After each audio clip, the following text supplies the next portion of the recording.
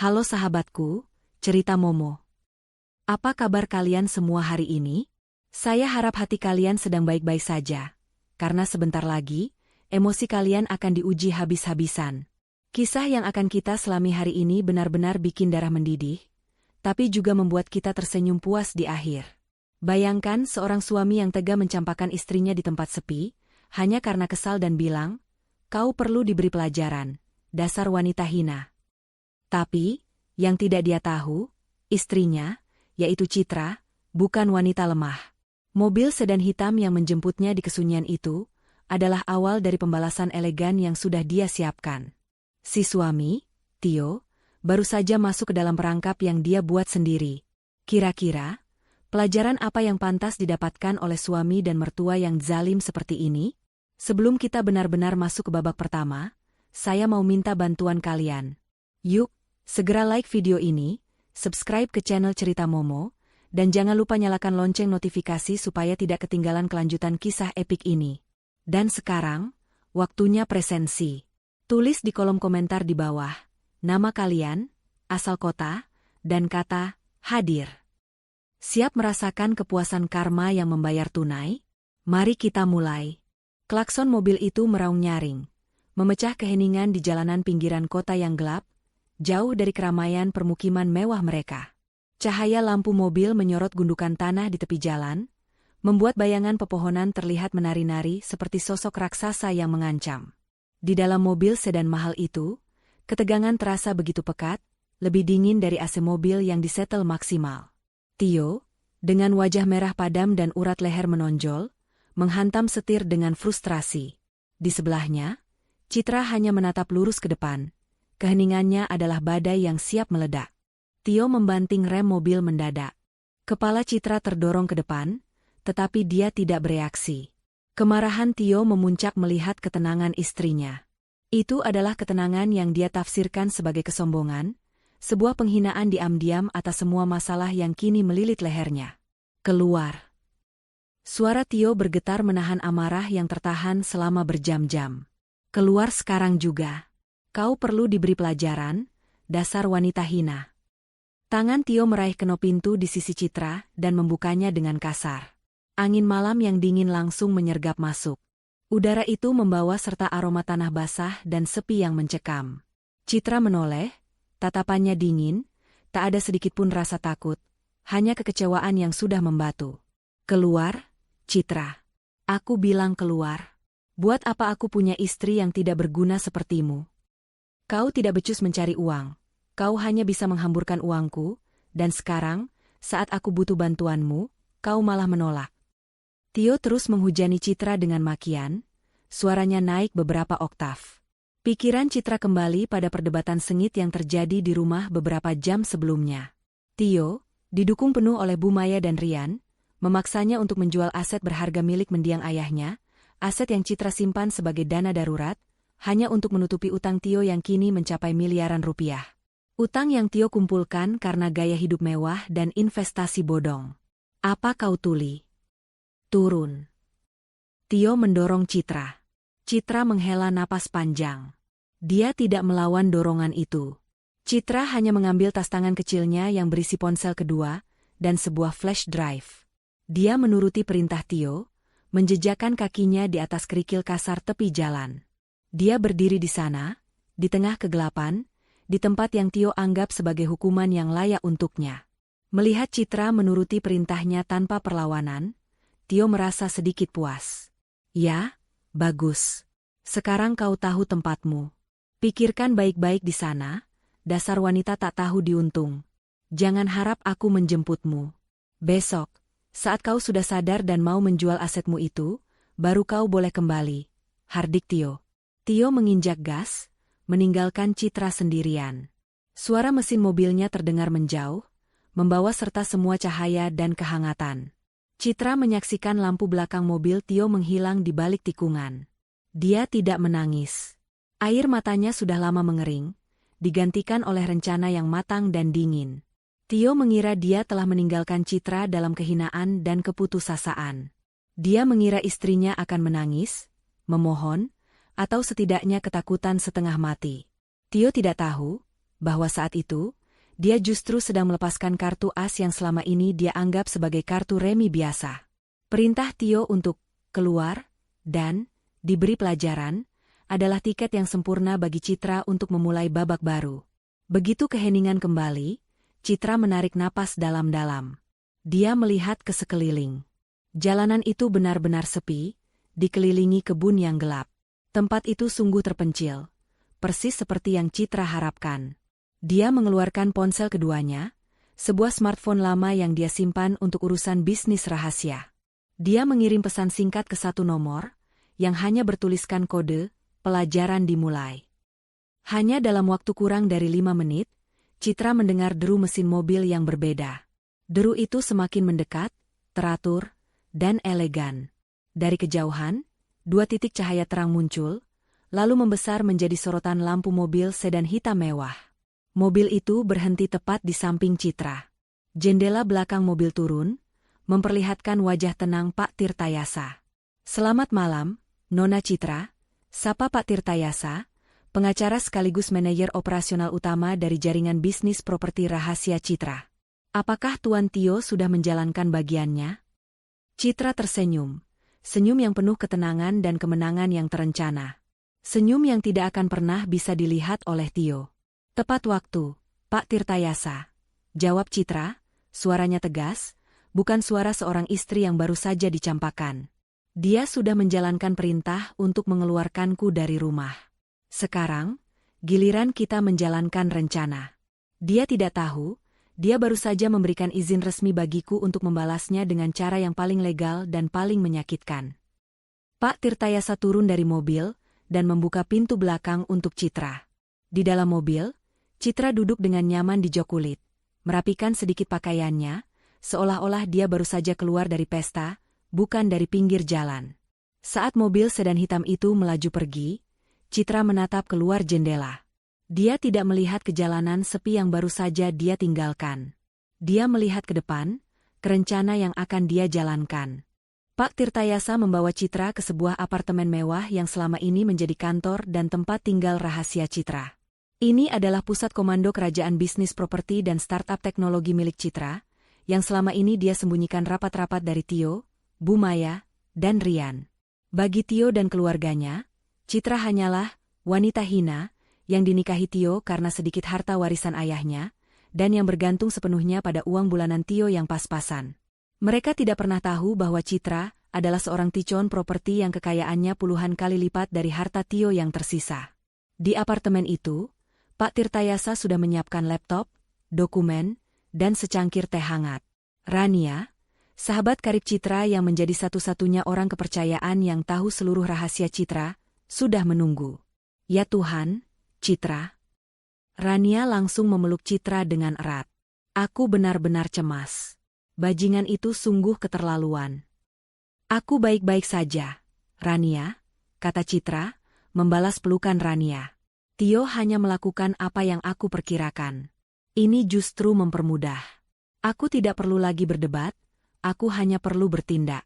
Bu Maya dan Rian juga pasti senang, karena mengira aku sudah keluar dari hidup mereka. Citra duduk di meja kerjanya.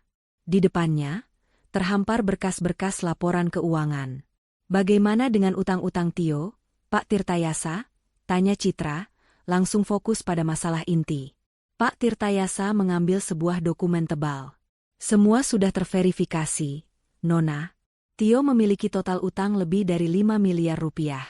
Sebagian besar dari bank, beberapa dari rentenir, dan sebagian besar dijaminkan atas rumah yang ia tempati bersama Bu Maya dan Rian." Citra menyeringai tipis. Rumah yang mereka klaim sebagai milik Tio? Tepat, Pak Tirtayasa mengangguk.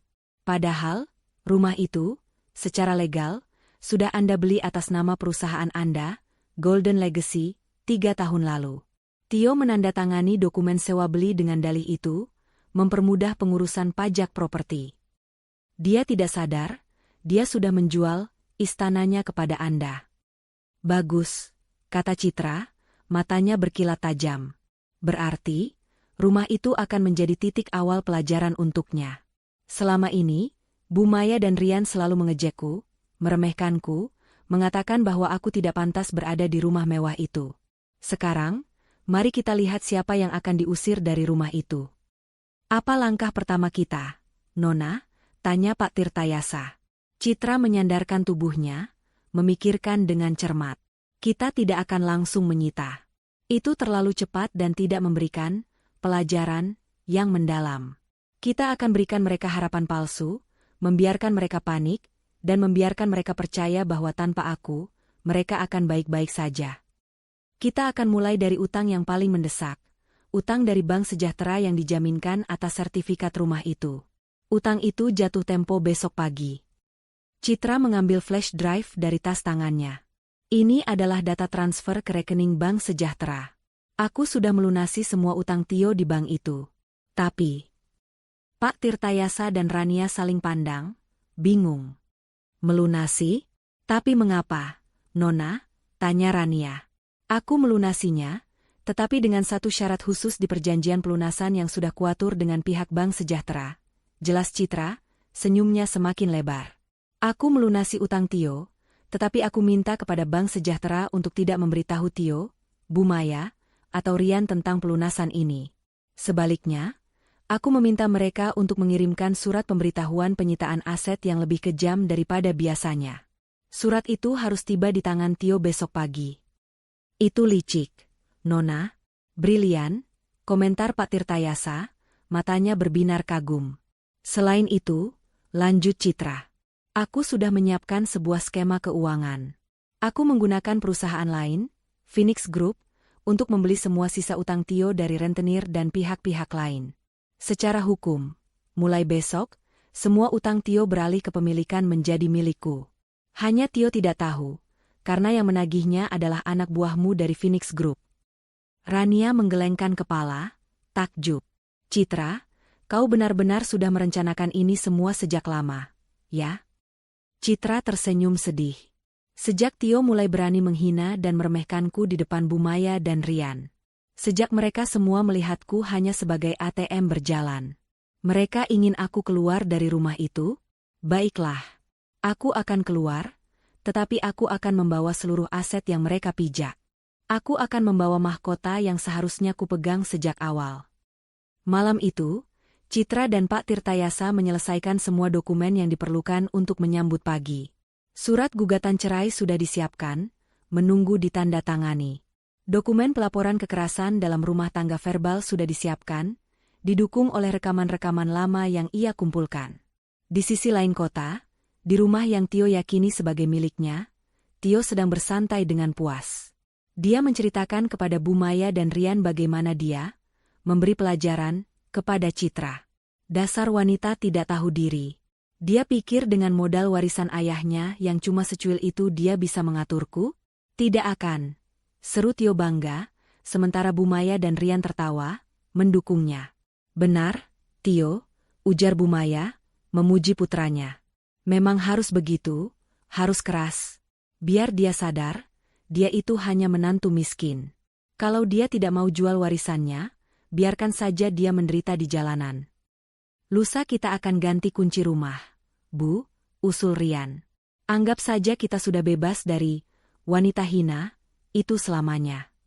Mereka tidak tahu, kebebasan yang mereka rasakan adalah ilusi. Mereka tidak sadar bahwa surat yang ditunggu Tio besok pagi bukanlah surat perpanjangan utang, melainkan surat yang akan meruntuhkan seluruh hidup mereka. Mereka tidak tahu bahwa setiap tawa dan cemooh yang mereka lemparkan kepada Citra akan berbalik menjadi jeritan panik dan penyesalan yang mendalam. Citra, di apartemen mewahnya, kini sedang menghubungi Rania. Rania, aku butuh bantuan emosionalmu, sebagai sahabatku, kata Citra, suaranya sedikit melunak. Besok pagi, aku butuh kamu menemaniku ke rumah. Bukan untuk berdebat, tapi untuk menyaksikan pertunjukan perdana. Aku akan siap, Citra. Aku bangga padamu, jawab Rania tulus. Citra memejamkan mata. Rasa sakit dan kekecewaan selama bertahun-tahun kini berubah menjadi kekuatan.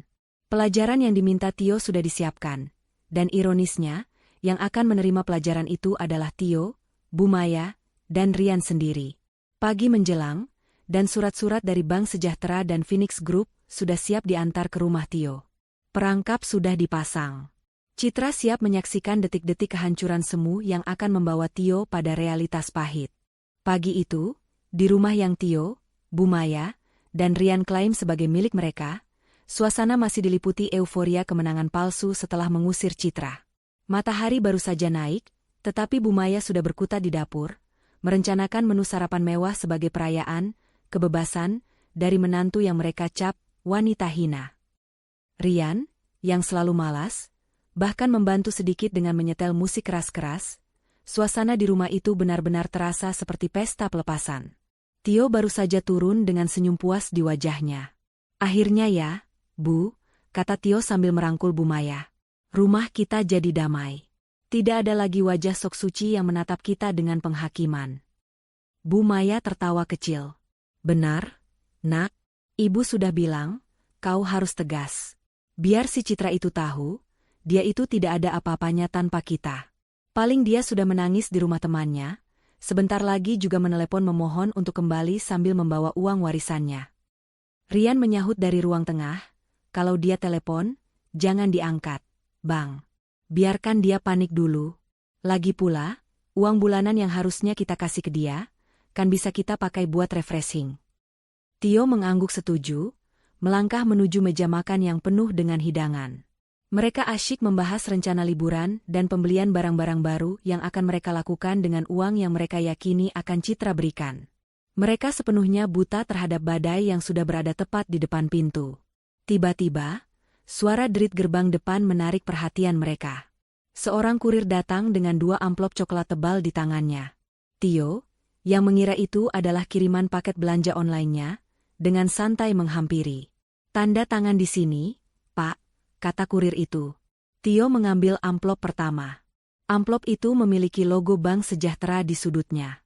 Raut wajah Tio langsung berubah. Senyumnya lenyap, digantikan kerutan khawatir. Bank Sejahtera adalah tempat ia meminjam uang paling besar, dengan sertifikat rumah sebagai jaminan utama. Utang itu seharusnya jatuh tempo lusa, tetapi ia belum mendapat kabar mengenai perpanjangan pinjaman yang ia ajukan diam-diam. Tio merobek amplop itu dengan tergesa-gesa. Matanya menelusuri isi surat. Isi surat itu bukan perpanjangan, melainkan pemberitahuan penyitaan. Napas Tio tercekat. Jantungnya mulai berdebar kencang, memukul-mukul rusuknya dengan panik. Surat itu menyatakan bahwa karena keterlambatan pembayaran cicilan, Bank Sejahtera akan mulai melakukan proses penarikan jaminan, yaitu rumah tersebut, dalam waktu 72 jam, tanpa toleransi. Paragraf terakhir, yang ditulis dengan huruf tebal, menyebutkan nilai utang yang harus dilunasi secara penuh adalah 5 miliar 100 juta rupiah, dan tidak ada negosiasi. Tio menjatuhkan surat itu ke lantai. Kakinya lemas. Ia tidak mengerti. Ia sudah yakin akan mendapatkan perpanjangan. Mengapa tiba-tiba Bank Sejahtera begitu kejam dan cepat?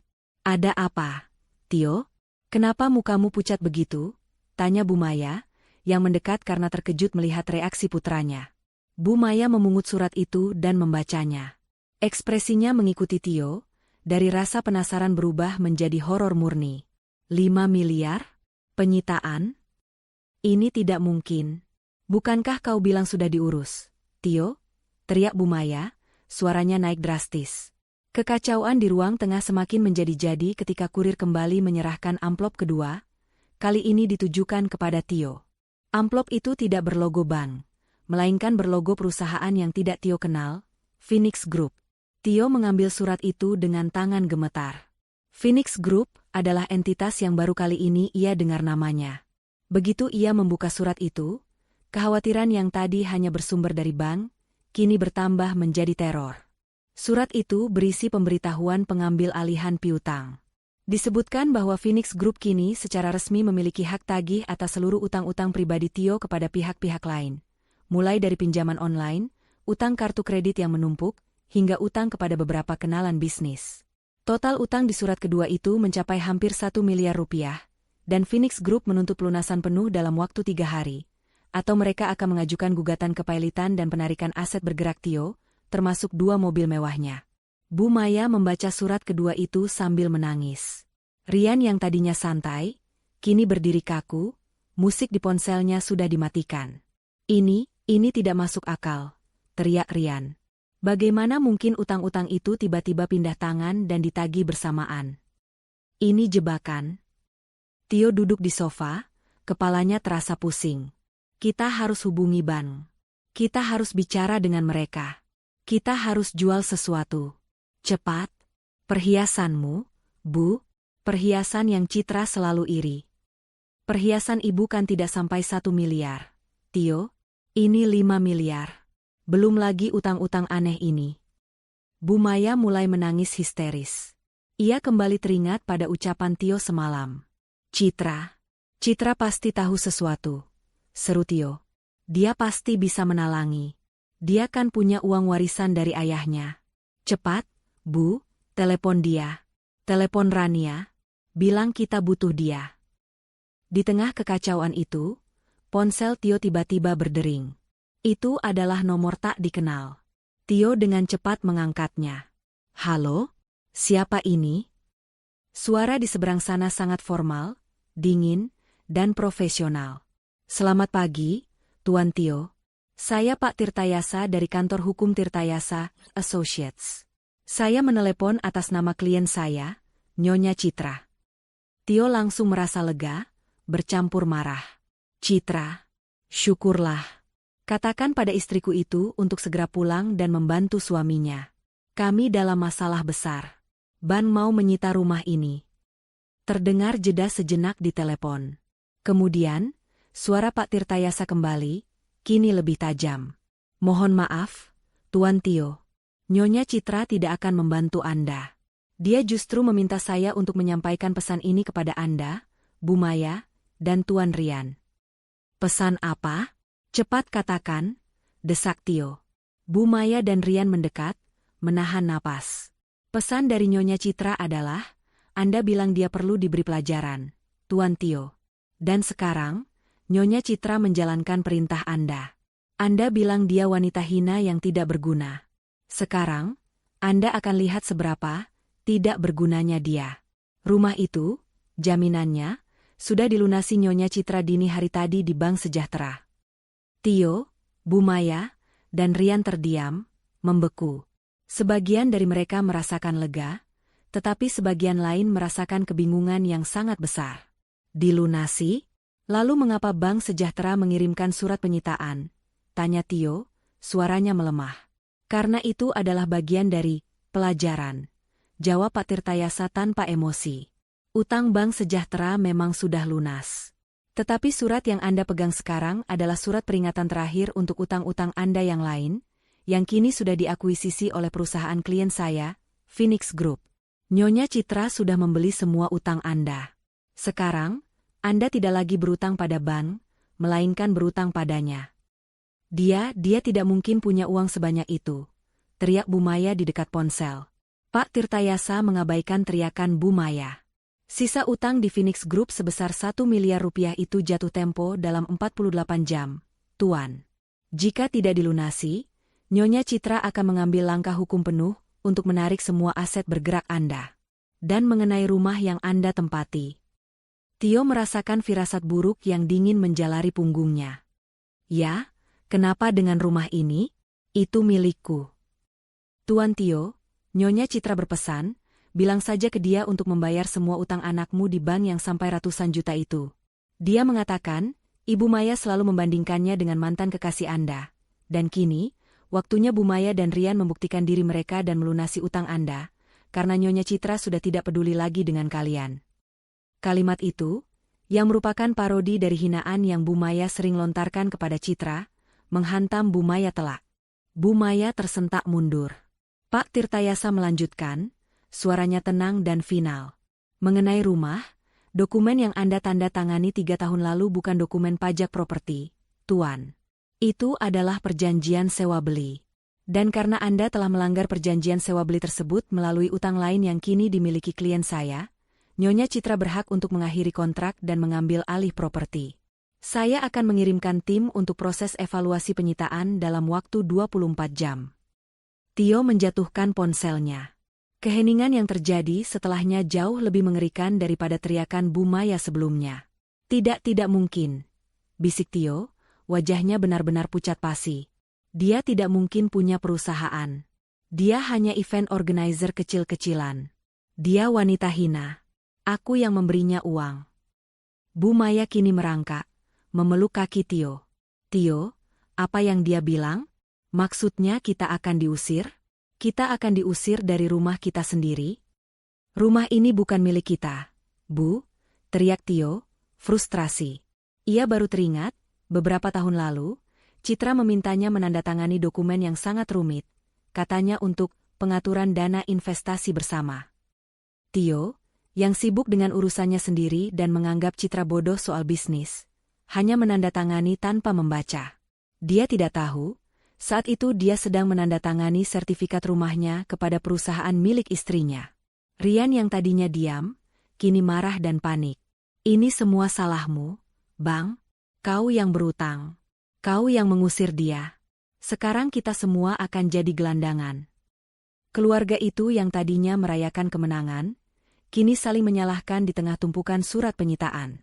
Mereka panik, bingung, dan bingung harus menghubungi siapa. Citra, si wanita hina, yang mereka buang, adalah satu-satunya harapan mereka. Tetapi justru Citra yang kini menjadi dalang di balik semua kekacauan ini. Tio, dalam keputusasaan yang melanda, segera mencoba menelepon kembali nomor Pak Tirtayasa, tetapi tidak diangkat. Ia kemudian menelepon nomor Citra yang lama, tetapi ponsel itu sudah dimatikan. Di tempat lain, di kantor Pak Tirtayasa, Citra dan Rania sedang menonton berita yang baru saja tayang di kanal bisnis. Berita itu membahas tentang langkah agresif Phoenix Group dalam mengakuisisi piutang-piutang bermasalah di kalangan eksekutif muda. Tio pasti sedang gila sekarang, kata Rania, menyesap kopinya. Wajah Tio dan Bu Maya pasti lucu sekali. Pelajaran pertama berhasil. Citra hanya tersenyum dingin. Ini baru pemanasan, Rania. Pelajaran sejati akan datang saat mereka harus menghadapi kenyataan bahwa mereka telah kehilangan segalanya, dan mereka tidak bisa menyalahkan siapa-siapa kecuali diri mereka sendiri. Citra tahu, Tio tidak akan diam. Tio pasti akan menggunakan semua koneksinya untuk mencari tahu siapa di balik Phoenix Group, atau mencari cara lain untuk menghentikan penyitaan rumah. Ini adalah langkah yang Citra tunggu-tunggu, karena setiap pergerakan Tio selanjutnya akan membawanya semakin dalam ke dalam perangkap. Tio akan mulai menelepon orang-orang yang seharusnya Citra hubungi, dan Citra akan selalu selangkah lebih maju. Citra membuka laptopnya, bersiap untuk langkah selanjutnya. Dia tidak hanya ingin Tio menderita secara finansial. Dia ingin Tio dan Bu Maya menderita secara sosial, melihat reputasi dan nama baik mereka hancur, sama seperti cara mereka menghancurkan hati dan martabatnya selama bertahun-tahun.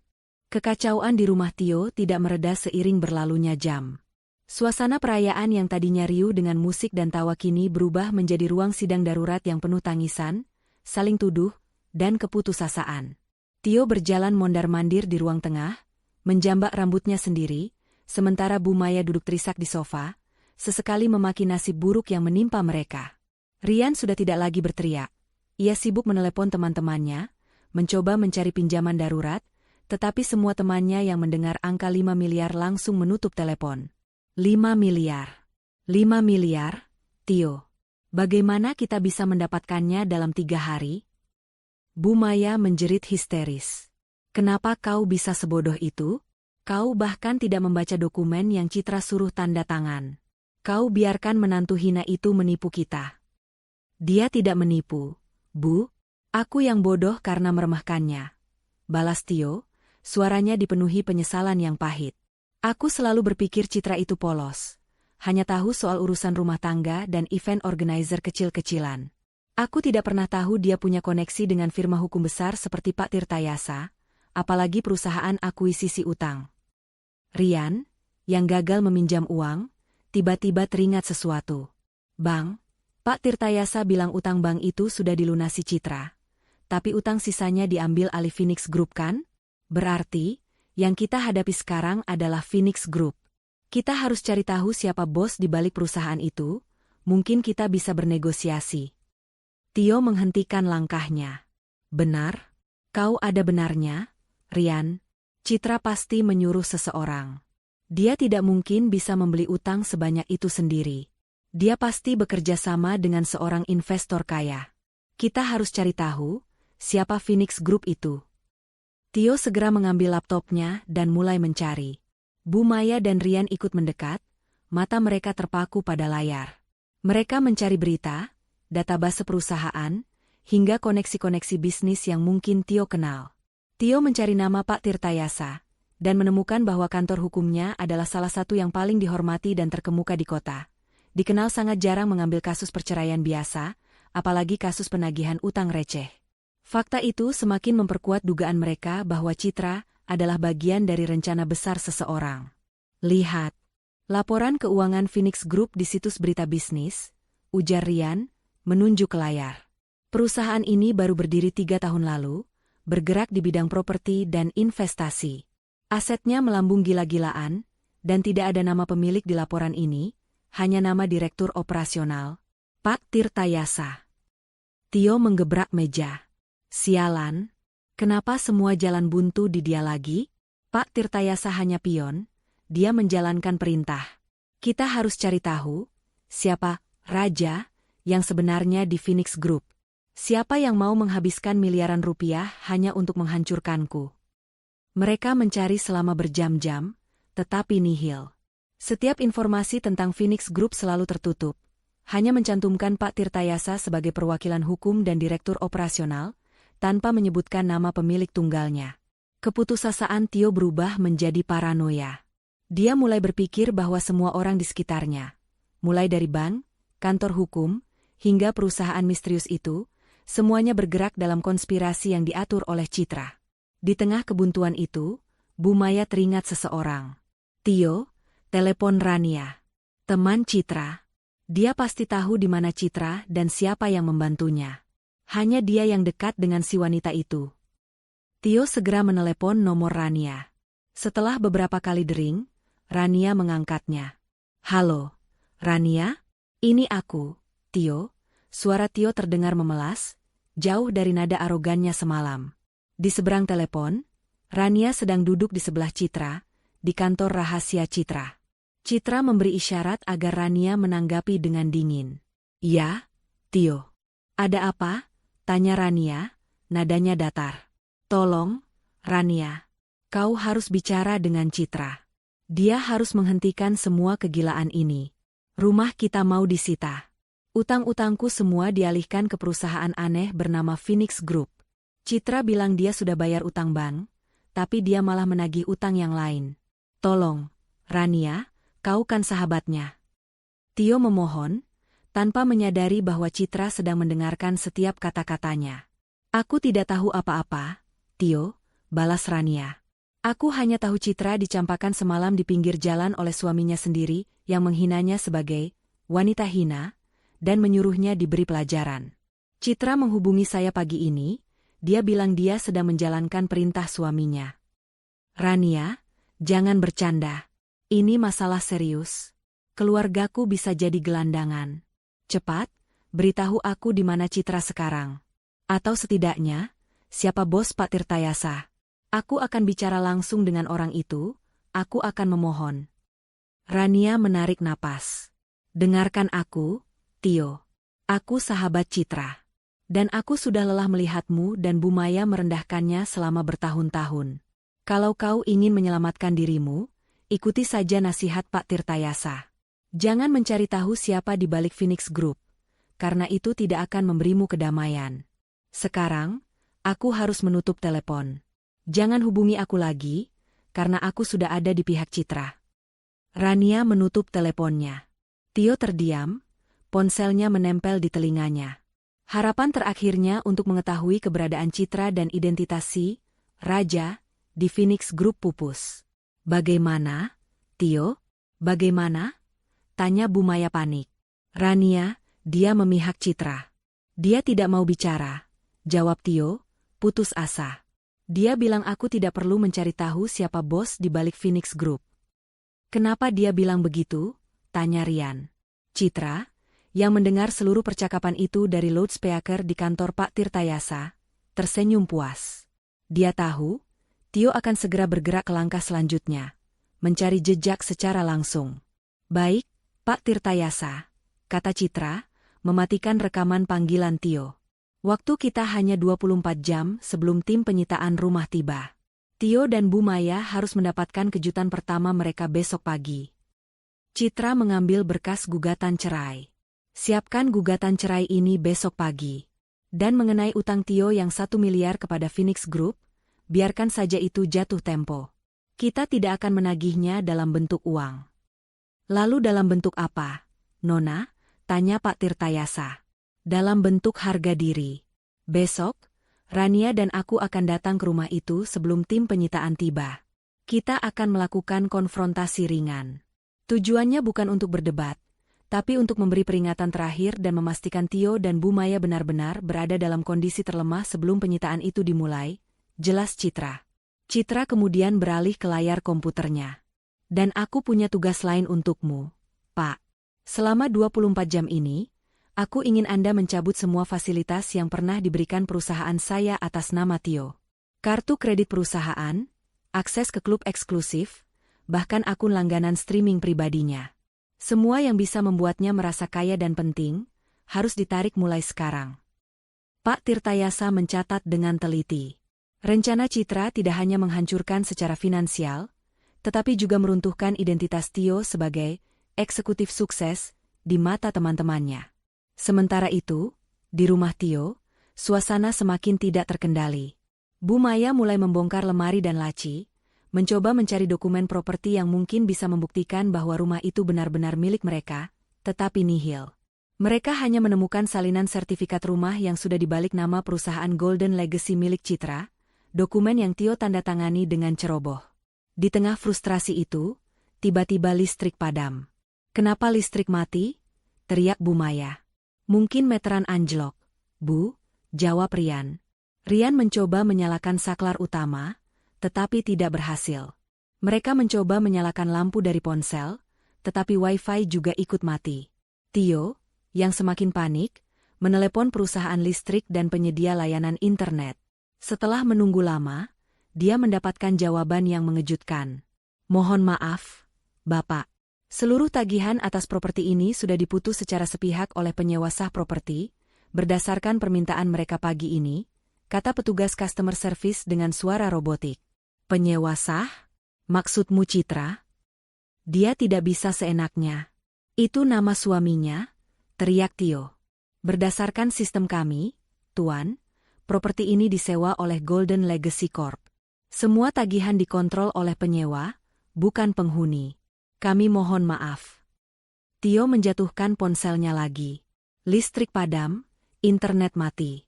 Rumah yang tadinya mewah dan nyaman kini terasa gelap, panas, dan terputus dari dunia luar.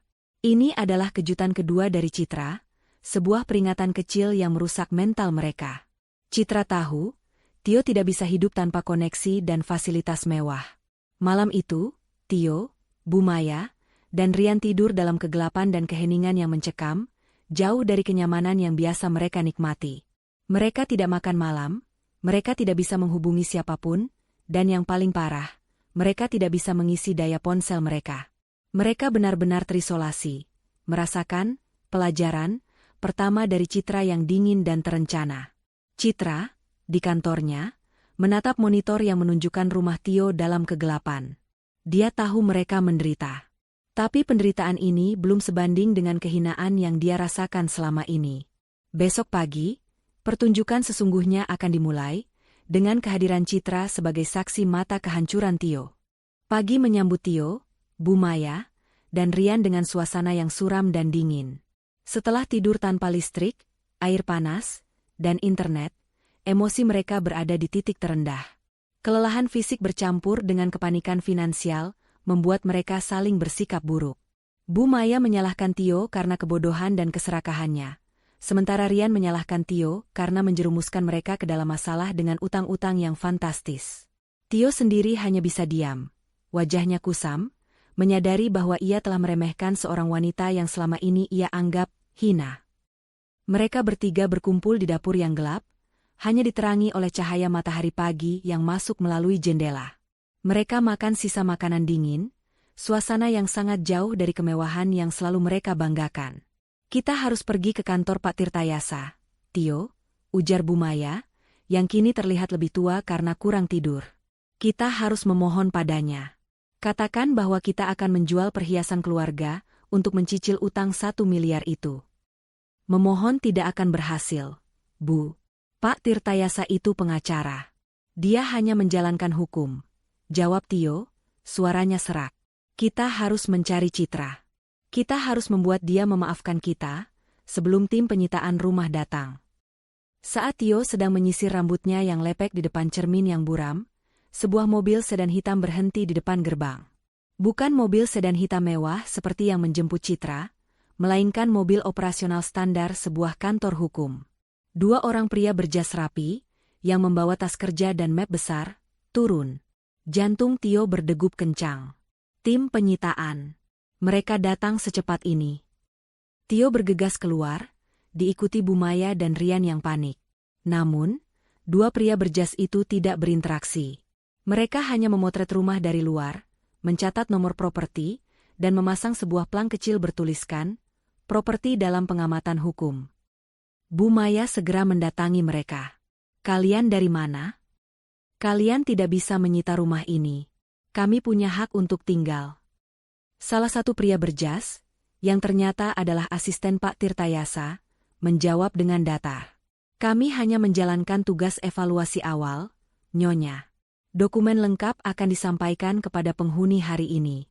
Mohon jangan merusak plang itu, atau kami akan melaporkannya sebagai perusakan aset perusahaan. Setelah menyelesaikan tugas mereka, kedua pria itu pergi, meninggalkan keluarga Tio dalam ketakutan yang mendalam.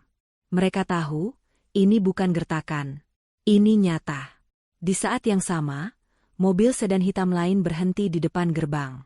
Kali ini, mobil itu jauh lebih mewah, dengan kaca gelap yang elegan. Dari pintu belakang, turunlah Citra, mengenakan setelan bisnis yang rapi, dan di sebelahnya, Rania, sahabatnya, yang tampak tenang dan mendukung. Tio, Bu Maya, dan Rian terpaku. Wajah Citra jauh dari kesan wanita hina yang mereka buang semalam. Citra terlihat elegan, berkuasa, dan dingin. Aura percaya diri yang memancar darinya membuat Tio merasa menjadi pria kecil yang merengek. Citra, syukurlah kau kembali, seru Tio, segera menghampiri istrinya, berusaha meraih tangannya. Aku tahu kau tidak sejahat itu. Ini semua pasti salah paham. Kita bisa bicara, sayang. Jangan lakukan ini pada keluargamu. Citra menarik tangannya sebelum Tio sempat menyentuhnya. Tatapannya menusuk, membuat Tio mundur selangkah. Keluarga? Tanya Citra, nadanya tenang namun mematikan. Sejak kapan kau menganggapku sebagai keluargamu, Tio? Semalam, kau mengusirku, menghinaku di tempat yang bahkan tidak ada anjing lewat, dan menyuruhku diberi pelajaran. Aku hanya menuruti perintahmu. Bu Maya maju dengan air mata buaya. Nak, Citra, kau kan tahu ibu menyayangimu. Jangan dengarkan Tio. Tio itu hanya sedang kalut. Ibu mohon, cabut surat-surat penyitaan itu. Kita bisa bicara baik-baik. Kita kan sudah seperti ibu dan anak. Citra tertawa kecil, tawa yang terdengar sangat sinis. Ibu Maya, Anda selalu memanggil saya, wanita hina, dan membandingkan saya dengan mantan pacar Tio. Anda selalu bilang saya tidak berguna. Saya harus menuruti instruksi Anda. Saya datang ke sini bukan sebagai menantu, tetapi sebagai pemilik sah properti ini. Dan saya di sini untuk memberi Anda peringatan terakhir. Apa maksudmu, pemilik sah? Teriak Rian, tidak terima. Begini, Rian, Citra menjelaskan, suaranya seperti dosen yang mengajar murid bandel. Utang Tio di Bank Sejahtera sudah lunas. Itu benar. Tapi sisa utang 1 miliar yang diakuisisi Phoenix Group itu harus dibayar. Dan karena utang itu dijamin dengan rumah ini, meski melalui skema sewa-beli yang Tio tanda tangani tanpa membaca, maka saat utang itu jatuh tempo, perusahaan saya berhak menarik aset utamanya. Perusahaanmu? Konyol, kata Tio, mencoba memulihkan kepercayaan dirinya yang hancur. Kau tidak mungkin bos Phoenix Group. Siapa bosmu, Citra? Katakan. Citra menoleh ke belakang, ke arah mobil mewahnya, yang kacanya kini perlahan diturunkan. Di dalamnya, duduklah Pak Tirtayasa. Pak Tirtayasa, kata Citra, tanpa melihat ke arah Tio. Bisakah Anda jelaskan kepada Tuan Tio, Bu Maya, dan Tuan Rian, siapa pemilik sah Golden Legacy Corp, yang merupakan penyewa properti ini, dan siapa pemilik sah Phoenix Group yang baru saja mengakuisisi utang-utang Tio? Pak Tirtayasa keluar dari mobilnya, membungkuk sedikit pada Citra, yang membuat Tio semakin tercengang. Tio tidak pernah melihat pengacara top seperti Pak Tirtayasa memberikan penghormatan sebesar itu kepada siapapun, kecuali mungkin kepada seorang menteri. Selamat pagi, tuan-tuan dan nyonya, sapa Pak Tirtayasa dengan suara formal. Untuk menjawab pertanyaan Anda, Tuan Tio. Saya adalah Direktur Operasional Phoenix Group sekaligus Kepala Divisi Hukum di Golden Legacy Corp. Dan pemilik tunggal, pemegang saham mayoritas, serta pendiri dari kedua perusahaan multinasional yang bergerak di bidang properti dan teknologi ini, adalah Nyonya Citra. Kata-kata Pak Tirtayasa menghantam Tio dan keluarganya seperti palu godam.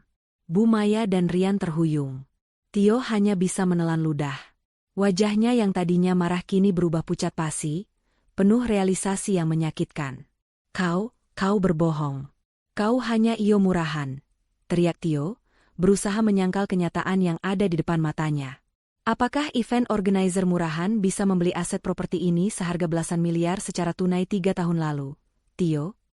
Citra membalas dengan senyum pedih. Apakah event organizer murahan bisa mengakuisisi utang ban hingga 5 miliar rupiah dalam satu malam? Kau yang tidak pernah bertanya. Kau yang terlalu sibuk dengan egomu dan menganggapku hina.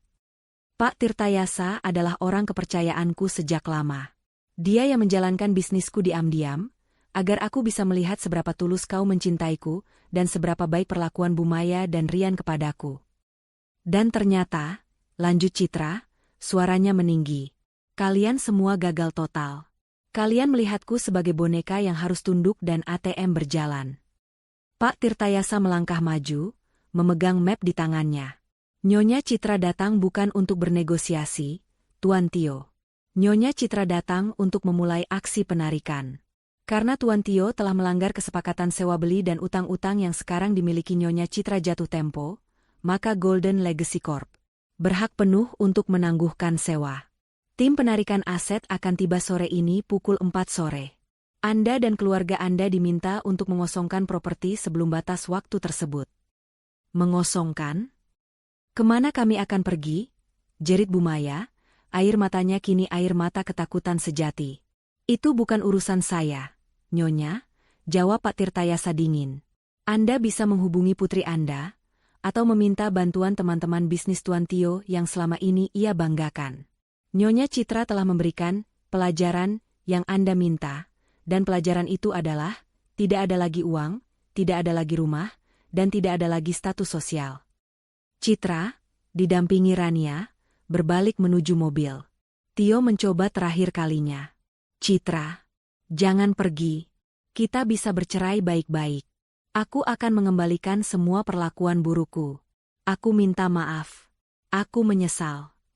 Tio memohon, air mata mulai menggenang di matanya. Citra berhenti sejenak di pintu mobil. Dia menoleh ke belakang, menatap mata Tio yang penuh keputusasaan. Penyesalanmu sudah terlambat, Tio, kata Citra, tatapannya tidak goyah. Dan mengenai permohonan maafmu, aku sudah mengajukan gugatan cerai secara resmi pagi ini. Kau akan menerima panggilan sidang tak lama lagi. Dan saat itu tiba, aku akan memastikan bahwa tidak ada satupun aset yang kau miliki tersisa. Kau akan mendapatkan pelajaran yang kau minta, Tio. Pelajaran tentang menjadi hina di mata dunia. Citra masuk ke mobilnya. Mobil itu melaju perlahan, meninggalkan Tio, Bu Maya, dan Rian yang berdiri termangu di depan rumah mewah yang kini secara resmi bukan lagi milik mereka. Papan peringatan hukum yang dipasang di gerbang seolah menertawakan kehinaan mereka. Aksi penarikan telah dimulai. Kepanikan keluarga Tio kini berubah menjadi teror dan kebingungan total. Mereka harus menghadapi kenyataan bahwa wanita yang mereka buang semalam, kini adalah raja yang memegang kendali atas hidup mereka. Setelah kepergian Citra dan Pak Tirtayasa, suasana di rumah itu mencapai titik didih. Tio tidak lagi berteriak. Ia hanya terduduk lemas di tangga depan, pikirannya kosong. Bu Maya dan Rian mulai menangis. Bukan lagi tangisan amarah, melainkan tangisan ketidakberdayaan. Realitas pahit telah menghantam mereka. Citra, yang mereka sebut hina, adalah wanita yang sangat kaya dan berkuasa, dan kini Citra adalah pemilik sah rumah mereka, sekaligus kreditor utama yang memegang semua utang Tio. Tio, kita harus mencari jalan keluar.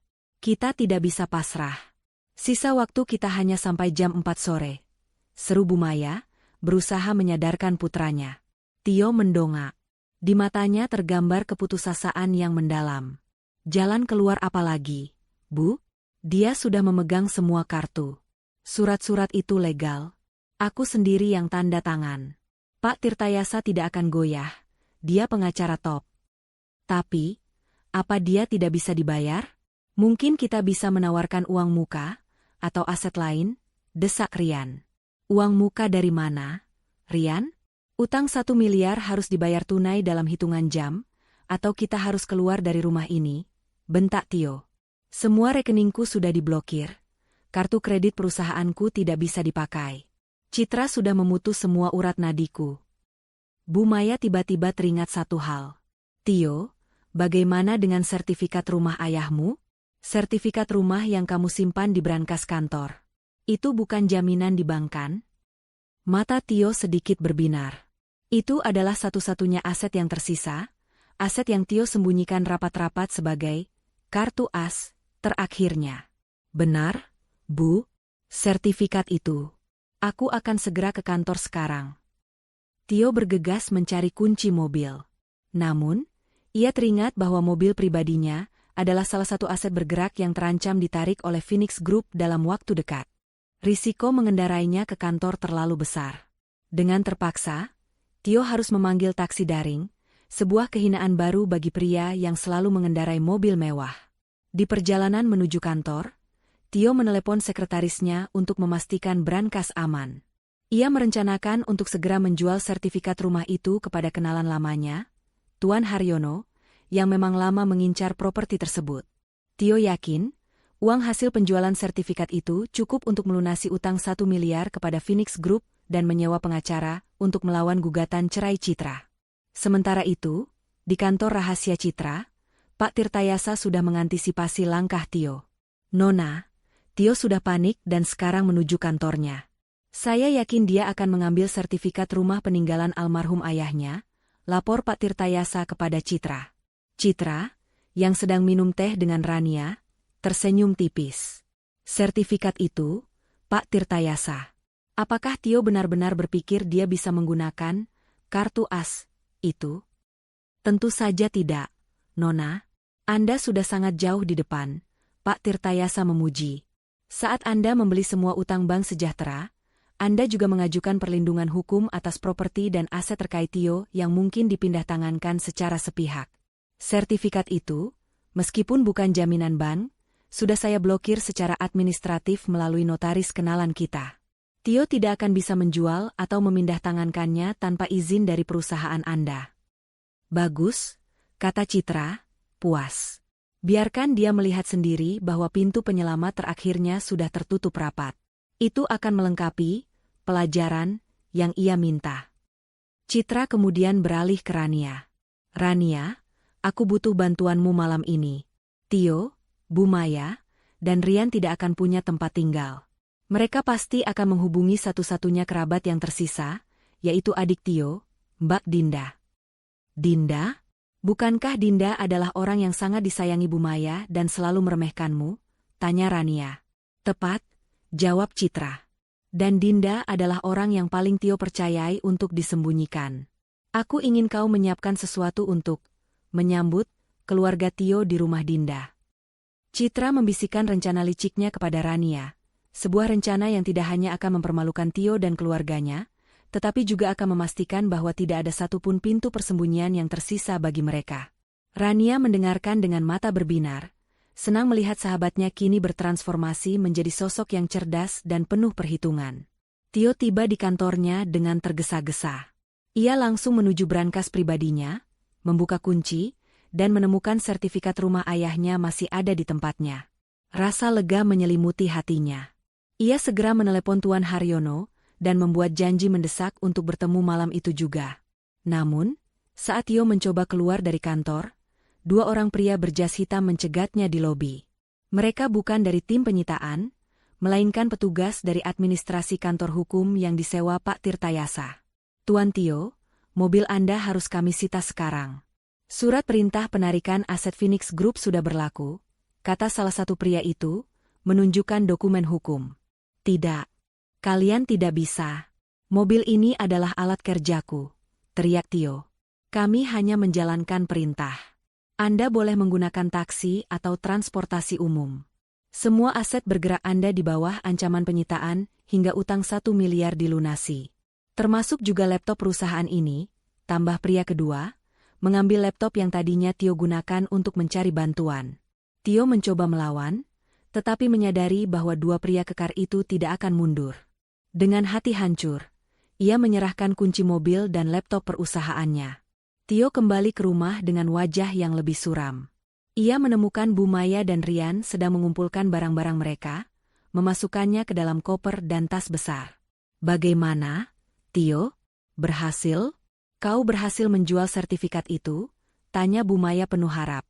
Sertifikatnya aman di tangan, Bu, jawab Tio, memaksakan senyum palsu. Tapi mobilku disita. Dan mereka akan menyita semua barang di rumah ini. Kita harus segera keluar dan mencari tempat persembunyian sebelum jam 4 sore. Tio tidak berani mengatakan bahwa sertifikat itu sudah diblokir dan tidak bisa dijual. Ia memilih menyimpan sedikit harapan palsu untuk ibunya. Pukul 15.30, setengah jam sebelum batas waktu pengosongan, keluarga itu meninggalkan rumah mereka. Mereka tidak membawa apa-apa selain koper dan tas berisi pakaian. Mereka meninggalkan perabotan mewah, barang elektronik, bahkan koleksi jam tangan Tio, karena mereka tahu, semua itu akan dianggap sebagai aset yang bisa disita untuk menutupi utang 1 miliar. Mereka naik taksi daring menuju rumah Dinda, adik perempuan Tio. Dinda tinggal di pinggiran kota yang lebih sederhana, jauh dari lingkungan mewah mereka. Saat tiba di rumah Dinda menjelang malam, Bu Maya langsung menangis dan memeluk putrinya, menceritakan seluruh drama penyitaan yang dilakukan oleh Citra. Dinda, tolong ibu, Nak, kami tidak punya tempat tinggal. Citra sudah menjadi iblis. Dia merebut semua yang kita punya, isak Bu Maya. Dinda, yang terkejut, segera menenangkan ibu dan abangnya. Tenang, Bu. Abang. Kalian bisa tinggal di sini selama yang kalian mau. Aku akan bantu abang mencari jalan keluar. Kita pasti bisa melawan Citra di pengadilan.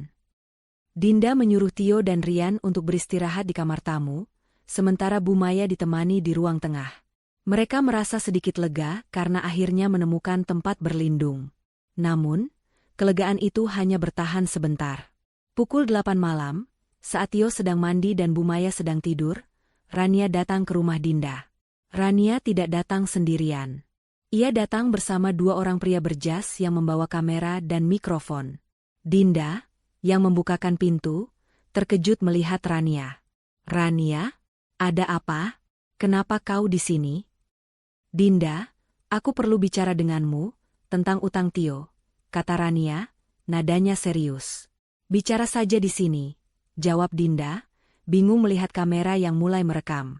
Rania mengambil napas dalam-dalam. Citra mengirimku ke sini, Dinda. Citra tahu Tio dan Bu Maya bersembunyi di rumahmu. Dinda, kau tahu bahwa Phoenix Group sudah mengakuisisi utang Tio senilai 1 miliar. Uang itu jatuh tempo besok pagi. Aku tahu, Rania. Aku akan bantu abangku mencari pinjaman, kata Dinda, mencoba menutup pintu, tetapi gagal. Rania melanjutkan, suaranya lantang agar terdengar oleh kamera. Dinda, Citra tidak butuh uang. Citra hanya ingin memberikan pelajaran kepada Tio dan Bu Maya. Dan pelajaran yang harus dibayar adalah pengakuan. Citra tahu, selama ini kau dan Bu Maya selalu meremehkan dan menghina Citra. Bahkan setelah Citra menyelamatkan Tio dari beberapa masalah keuangan di masa lalu. Kau salah bicara, Rania. Sela Dinda, wajahnya memerah karena malu. Tidak, Dinda. Citra tahu semua, ujar Rania tegas. Citra memberikanmu 2 pilihan.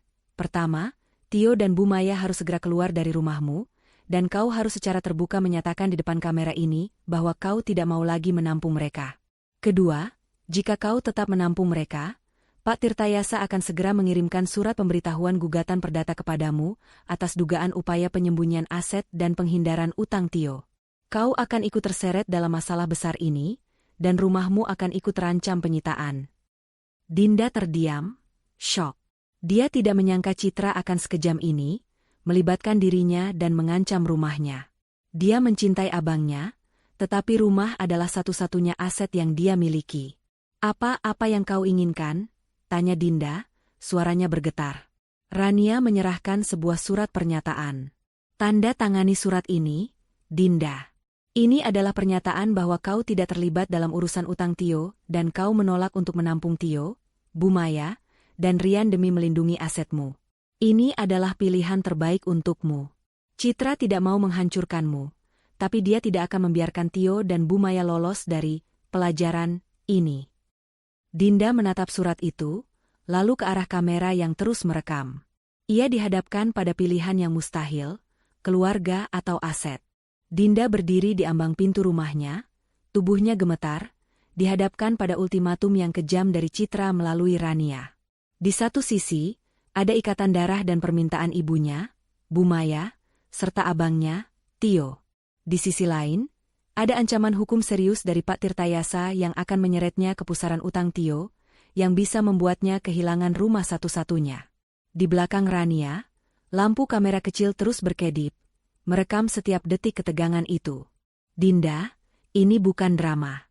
Ini bisnis dan hukum, ujar Rania dengan nada serius, memegang surat pernyataan di tangannya. Citra tidak ingin kau terlibat, tapi ia tidak akan membiarkan Tio dan Bu Maya bersembunyi. Tanda tangani ini, dan kau aman. Kau tidak akan menampung mereka. Jika kau menolak, besok pagi Pak Tirtayasa akan menggugatmu.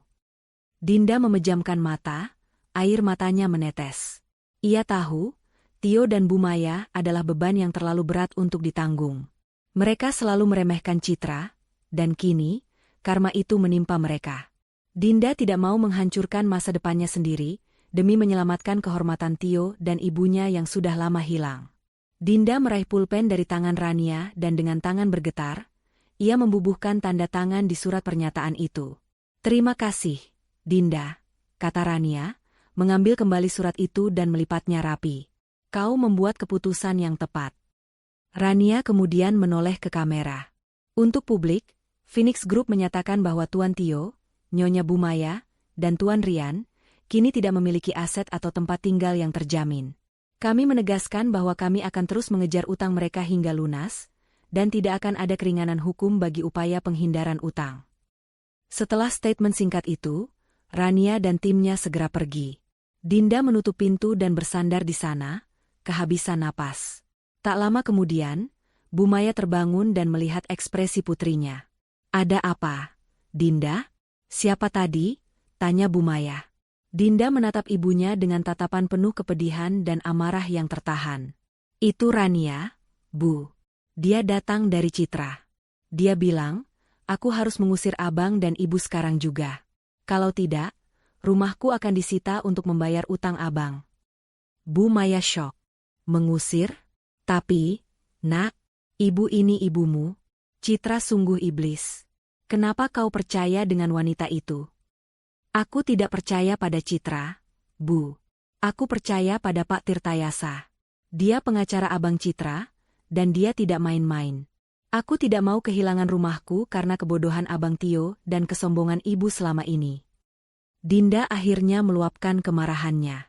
Ibu selalu bilang Citra hina, tapi Citra yang hina, itu sekarang bisa menghancurkan kita semua dalam semalam. Pergi, Bu. Aku tidak bisa menampung kalian lagi.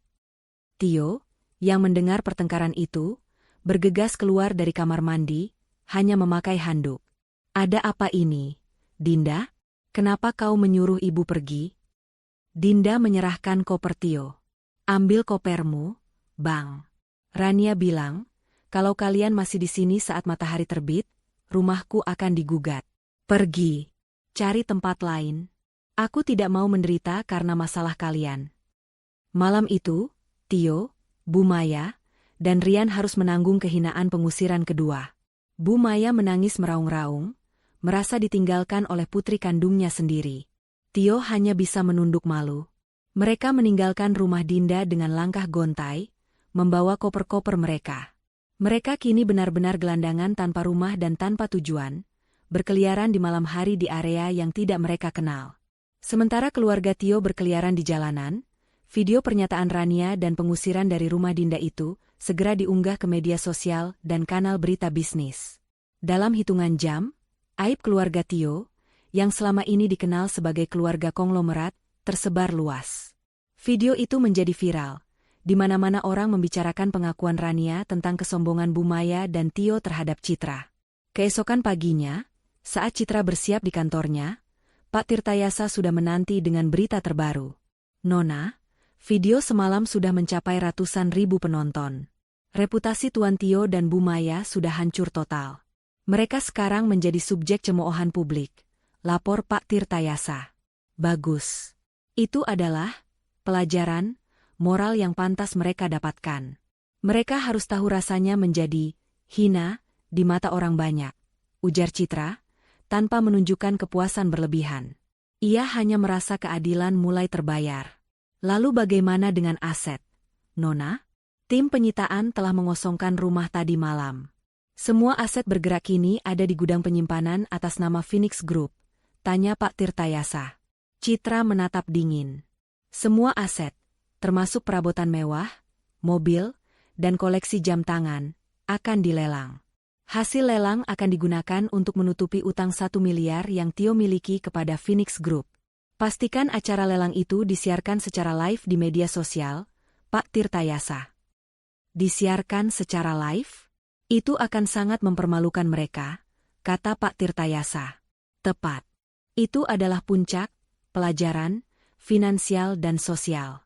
Mereka harus melihat bagaimana kemewahan yang mereka banggakan kini dijual untuk menutupi utang yang mereka anggap sepele, tegas Citra. Setelah utang lunas, sisa uang lelang akan dimasukkan ke dalam dana abadi yang aku buat untuk amal atas nama Tio, tanpa persetujuannya. Citra tidak ingin sepeser pun uang lelang itu masuk ke kantongnya. Tujuannya adalah kehancuran reputasi, bukan keuntungan materi. Saat lelang dimulai siang itu, Tio, Bu Maya, dan Rian sedang berada di sebuah kontrakan kumuh yang baru berhasil mereka sewa dengan uang sisa-sisa yang Bu Maya miliki. Mereka tidak punya listrik dan internet yang layak. Tetapi Tio nekat pergi ke warung internet terdekat untuk mencari berita terbaru tentang kasusnya. Tio terperangah melihat judul berita online yang memampang fotonya. Keluarga konglomerat jatuh miskin. Suami tercampung oleh istri yang selama ini dihina sebagai wanita hina. Aset dilelang untuk bayar utang sang suami. Tio membuka artikel itu, dan yang membuatnya semakin hancur adalah link live streaming lelang aset-asetnya. Dia melihat di layar komputer yang buram, jam tangan mahalnya, sofa impor dari Italia, bahkan mobil sportnya, kini sedang dijual kepada penawar tertinggi. Di sana, Pak Tirtayasa memimpin lelang dengan wajah tanpa ekspresi, menjelaskan bahwa hasil lelang ini akan menutup utang Tio kepada Phoenix Group. Tio merasakan kehormatan dan statusnya terkoyak di depan mata publik. Bu Maya dan Rian, yang ikut melihat di belakang Tio, menangis histeris. Mereka melihat bagaimana kemewahan yang mereka nikmati selama ini lenyap dalam hitungan menit. Itu mobilku, Tio. Mobil yang baru kau beli, jerit Bu Maya. Wanita iblis itu. Dia merebut segalanya. Dia tidak merebut, Bu. Dia hanya mengambil kembali apa yang memang sudah jadi miliknya. Bisik Tio, suaranya dipenuhi rasa bersalah yang tak tertahankan. Tio melihat Citra, yang selama ini ia hina, kini menjadi sorotan utama di media sosial sebagai The Queen of Karma. Reputasi Citra, yang selama ini dianggap biasa saja, justru melambung sebagai wanita cerdas yang mampu membalas dendam dengan cara paling elegan dan legal. Tio, sebaliknya, kini dicap sebagai suami durhaka dan pecundang finansial. Tio, dalam keputusasaan total, tahu ia harus melakukan sesuatu. Ia harus menghentikan kehancuran reputasi yang total ini. Ia harus menemukan cara untuk melawan, meskipun itu berarti mengakui kekalahan di depan umum. Lelang aset Tio, yang disiarkan secara langsung oleh Phoenix Group, telah mencapai puncaknya. Tio, Bu Maya, dan Rian, yang menyaksikan siaran itu dari warung internet yang sempit dan panas, merasa martabat mereka tercabik-cabik. Mereka melihat bagaimana barang-barang yang sangat mereka cintai, simbol status sosial mereka, berpindah tangan satu persatu. Rasa penyesalan kini bercampur dengan dendam yang tak berdaya.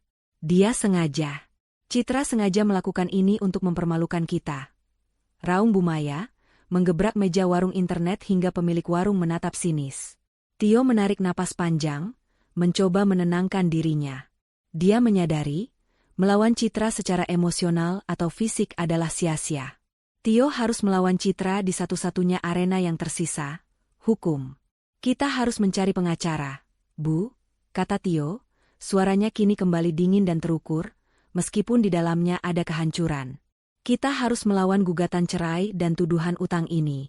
Aku harus membuktikan di pengadilan bahwa Citra melakukan ini karena dendam pribadi, bukan murni urusan bisnis. Rian, yang selama ini hanya bisa panik, menyahut. Pengacara yang mana? Bang? Kita tidak punya uang, dan reputasimu sudah hancur. Siapa yang mau membela? Pecundang, yang utangnya dibayar oleh istrinya sendiri. Tio teringat satu nama. Pak Rahmat, seorang pengacara senior kenalannya yang terkenal mata duitan. Tio segera menelepon Pak Rahmat, menjanjikan persentase kemenangan yang besar, meskipun ia tidak memiliki uang tunai sama sekali. Setelah negosiasi yang alot, Pak Rahmat setuju untuk mengambil kasus ini, didorong oleh janji publisitas tinggi yang bisa ia dapatkan dari drama keluarga ini. Beberapa hari kemudian, Tio, didampingi Pak Rahmat, tiba di pengadilan agama untuk menghadiri sidang mediasi gugatan cerai yang diajukan oleh Citra. Tio berharap Citra akan datang sendiri, sehingga ia bisa melunakkan hati istrinya. Namun, yang Tio temui di ruang sidang adalah Pak Tirtayasa yang duduk di sebelah kursi yang masih kosong, dan Citra yang muncul beberapa menit kemudian. Citra tampil sangat formal, mengenakan busana yang elegan, dan didampingi oleh Rania sebagai saksi pendukung. Tio, Bu Maya, yang juga ikut untuk memberikan dukungan moral, dan Pak Rahmat tercengang melihat Citra. Bukan hanya penampilannya yang berwibawa, tetapi juga aura kekuasaan yang terpancar darinya. Sidang dimulai, dan mediator meminta kedua belah pihak untuk menyampaikan argumen mereka. Pak Rahmat, pengacara Tio, maju dengan percaya diri. Yang mulia, klien kami, Tuan Tio, menolak gugatan cerai ini. Kami menduga, gugatan ini diajukan karena dendam pribadi yang berlebihan dari Citra. Citra melakukan ini setelah klien kami memberikan pelajaran atas sikapnya yang tidak suportif. Selain itu, kami akan menggugat balik Phoenix Group atas dugaan pencemaran nama baik dan manipulasi aset. Kami juga ingin mempertanyakan, mengapa seorang event organizer biasa bisa memiliki perusahaan properti multinasional. Saat tiba giliran Citra, Citra tidak berbicara. Ia hanya mengangguk ke Pak Tirtayasa. Yang mulia, kata Pak Tirtayasa dengan suara berat dan jelas. Klien kami, Nyonya Citra, mengajukan gugatan cerai atas dasar kekerasan dalam rumah tangga verbal dan penelantaran. Kami memiliki bukti rekaman saat Tuan Tio menghina dan mencampakkan Nyonya Citra di jalanan. Mengenai masalah finansial, itu hanyalah konsekuensi hukum dari utang-utang Tuan Tio yang kami beli. Kami tidak memanipulasi aset, kami hanya melaksanakan hak tagih kami. Pak Tirtayasa kemudian menyerahkan sebuah dokumen tebal kepada hakim. Dan untuk menjawab pertanyaan mengenai sumber kekayaan klien kami, lanjut Pak Tirtayasa, sambil menatap lurus ke arah Tio dan Bu Maya yang duduk tegang. Nyonya Citra tidak hanya memiliki Phoenix Group dan Golden Legacy Corp. Nyonya Citra adalah pemegang saham utama di 5 startup teknologi dan juga salah satu pemilik warisan dari almarhum kakeknya, Tuan Darmawan, seorang tokoh properti terkenal di Asia Tenggara. Ruang sidang hening. Tio dan Bu Maya terkejut. Tio tidak pernah tahu bahwa Citra berasal dari latar belakang keluarga Darmawan yang sangat terpandang. Selama ini, mereka hanya tahu Citra sebagai putri dari seorang ayah yang meninggal dan meninggalkan sedikit warisan yang mereka anggap tidak seberapa. Tio selalu meremehkan dan menyebut Citra, menantu miskin. Citra kemudian berbicara, suaranya pertama kali terdengar dalam sidang itu. Yang mulia, selama bertahun-tahun, Tio, Bu Maya, dan Rian hidup dalam kemewahan hasil kerja keras saya. Saya menyembunyikan identitas dan kekayaan saya agar saya bisa melihat, apakah Tio menikahi saya karena cinta sejati, atau karena harta warisan yang kecil itu?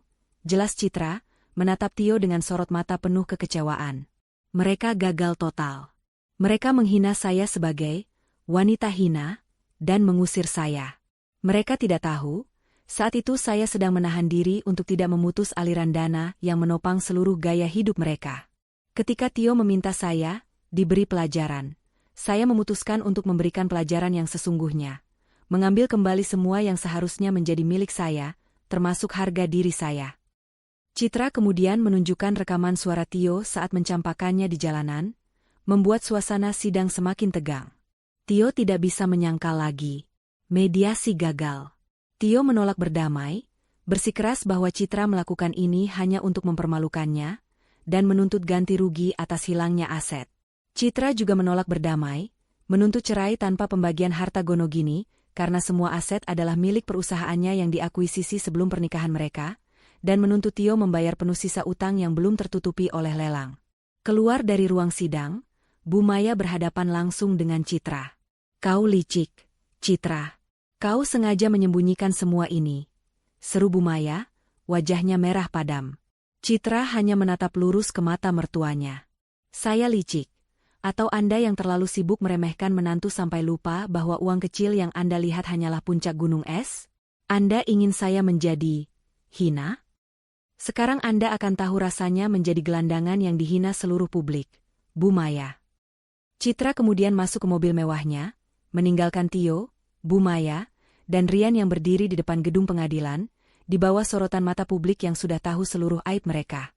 Tio dan keluarganya kini menghadapi sidang lanjutan dengan posisi yang sangat lemah, berhadapan dengan wanita yang kekayaannya ternyata tak terhingga. Pengungkapan identitas Citra di pengadilan telah menjadi pukulan telak bagi Tio dan keluarganya. Berita tentang Citra, pewaris keluarga Darmawan yang selama ini menyembunyikan kekayaannya, menyebar cepat di kalangan pebisnis dan sosialita. Kisah ini tidak hanya menarik perhatian media gosip, tetapi juga media bisnis, yang kini mengupas tuntas sepak terjang Phoenix Group dan Golden Legacy Corp, perusahaan yang didirikan oleh wanita hina yang selama ini diremehkan. Di sisi lain, Tio, Bu Maya, dan Rian kini tinggal di sebuah kontrakan kecil yang kumuh. Mereka hidup dalam tekanan finansial yang luar biasa dan isolasi sosial total. Telepon Tio dipenuhi penolakan. Teman-teman lamanya yang dulu sering ia traktir di klub mewah, kini menghindarinya, takut terseret dalam masalah hukum dan utang yang disebabkan oleh Tio. Tio, didorong oleh amarah dan keputusasaan, terus mendesak Pak Rahmat untuk mencari kelemahan Citra. "Pak Rahmat, kita harus lakukan sesuatu. Citra sudah menghancurkan reputasiku. Teman-temanku tidak ada yang mau lagi berbisnis denganku," keluh Tio di kantor pengacaranya yang sederhana. Pak Rahmat, yang melihat Citra dan Pak Tirtayasa di pengadilan, menyadari bahwa kasus ini jauh lebih sulit daripada yang ia bayangkan. "Tuan Tio, kita tidak bisa melawan Pak Tirtayasa di ranah aset. Nyonya Citra telah mengatur kepemilikan asetnya dengan sempurna, jauh sebelum pernikahan. Satu-satunya jalan kita adalah menyerang karakter Nyonya Citra. Kita harus membuat publik meragukan moralnya." "Bagaimana caranya?" tanya Bu Maya, matanya memancarkan harapan. "Kita akan menyebar narasi bahwa Nyonya Citra sengaja menikah dengan Anda, Tuan Tio, hanya untuk membalas dendam atas sesuatu di masa lalu. Kita akan menuduhnya sebagai wanita yang manipulatif dan dingin, yang tega menelantarkan suaminya di jalanan hanya demi drama hukum. Kita akan balikan pandangan publik," jelas Pak Rahmat. Rian segera menyetujui rencana itu. "Benar, buat saja dia terlihat seperti monster. Orang pasti akan bersimpati pada abang yang dicampakkan istrinya sendiri."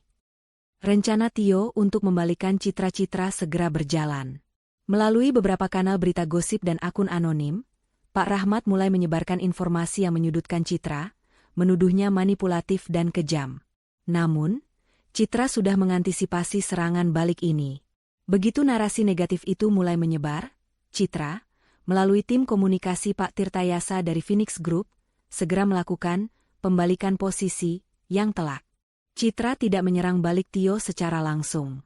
Sebaliknya, Pak Tirtayasa merilis sebuah wawancara eksklusif kepada media bisnis terkemuka.